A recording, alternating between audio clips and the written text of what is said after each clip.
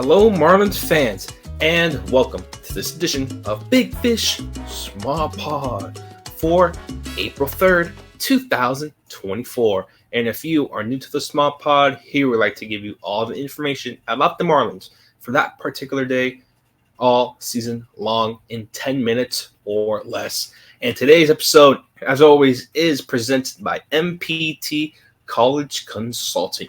You can check them out at mptcollegeconsulting.com for all your college consulting needs.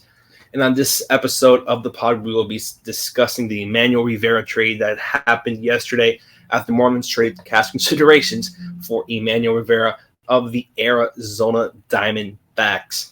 Yes, the name does sound familiar. He did play on the WBC for Team Puerto Rico, was in the Caribbean Series. He has a lot of experience just playing in Lone Depot Park, just on those matters alone. And with Emmanuel Rivera, the Marlins are getting, you could say, almost a John Birdie light. Again, with trading John Birdie, the Marlins figured out now that they need someone who's able to play different positions on the field. It wasn't going to cut it with the guys they currently have on the roster. And with acquiring Emmanuel Rivera, they did have to make room on the 40-man roster, and Jacob Amaya did get DFA'd because of that. But we'll go in a little more on Jacob Amaya and what it means for him getting DFA'd and what happens there in terms of the shortstop position for the Marlins. But with Emmanuel Rivera coming off a season with the Arizona Diamondbacks, reaching the World Series there, he's had a 3-year career, starting off, you can see here on the screen, starting off for the Kansas City Royals, hasn't really gotten a lot of playing time throughout his career, has only reached over 100 games once, and that was in 2022, and even then, he only spent 63 games with the Royals, 39 with the Arizona Diamondbacks. It's not going to be a full-time play every day type player, but primarily for him playing third base, and for the Marlins, reported by Craig Mish, expected to fill in that third base role for the Marlins when Jake Burger does get starts at first base or DH on those days. And with Rivera, very good defender. This is something the Marlins do need. The infield for the Fish has not been good at all. We've realized this just coming into the season, of course, during spring training, that the Marlins were most likely going to have a bottom-tier defensive infield this season, but acquiring Emmanuel Rivera should at least increase the Marlins' ability to be plus defenders in some cases, and at least they can have that on third base and maybe wherever else they want to put Emmanuel Rivera on the field. But during his career, he's occurred +9 defensive runs saved in about 1,400 innings. And he can also contribute on first base, just if need be, if it somehow arises that they need him at first base. Maybe they're down somebody. But for Emmanuel Rivera, I really like this trade for the Marlins, not having to trade almost anything at all, some cash considerations, but who knows how that goes and how much it would even have to be to get that. But it's really, I do really like this signing, and most likely appears that the corresponding move might be Jonah Bride, as Emmanuel Rivera has the experience over Jonah Bride, has the experience even in the playoffs, has the ability to play defensively also. You could put him out there just for his arm and what he can bring to the team.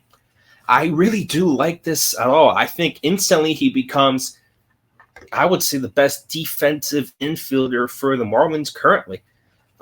Just losing John Birdie hurt the team tremendously in terms of defensive ability, and having a true utility guy who could put all over the field and might not have to worry about setting him at a set position and making sure he gets that playing time. And to have that here with Emmanuel Rivera, again, maybe not every position in the infield he might be able to play, but of course when you have that third base, a position that the Marlins are really trying to figure out, including with shortstop, who's going to be the backup for Jake Burger. I know you have Jonah Bride, but I don't think Marlins fans suspected Jonah Bride to get so much playing time or be the true backup for Jake Burger. And when you have Emmanuel Rivera, again, this is the guy who did that with Arizona, who proved to be a competent defender along with his ability at the plate. Again, when you look at him at the plate, OPS for his career is 684, and he went to go ahead last season where he got the majority of his playing time with Arizona. If you want to focus on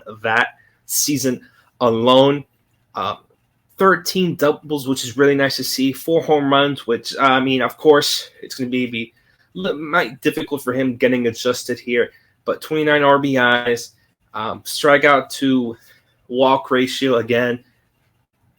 A little difficult there to really suggest how he'll fare here at Lone Depot Park.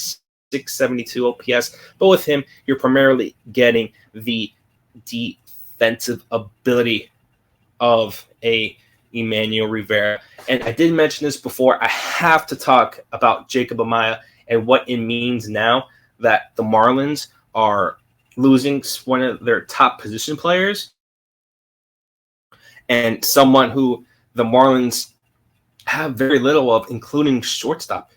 They lost Nassim. They did not protect Nassim earlier in the Rule 5 draft. Now they're losing Jacob Amaya, who many thought was a top 10 prospect in this organization, and including a position player, which if you look at the Marlins, just overall position players, you could say in the farm, including shortstop on the roster, very thin. It's just almost as thin, maybe if not thinner than the catching position for the Marlins. And really, quite frankly, I don't get it that much. DFAing Jacob Amaya, I'm sure there are other guys who you much rather have. I don't want to say lose, but someone you rather have DFA'd rather than Jacob Amaya. It does kind of just figure out what could be happening there with him.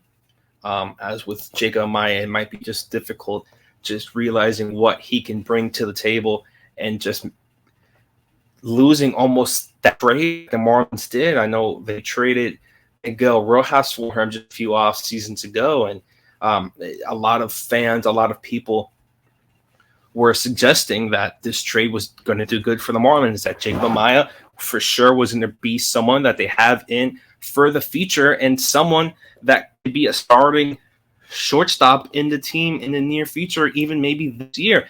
He did get shot last season with the Marlins, but in that shot did not really show that much in terms of his ability. When you look at him in AAA with the Marlins, it was really, I don't want to say on and off, but it felt like could have maybe producing a bit more, especially with the bat.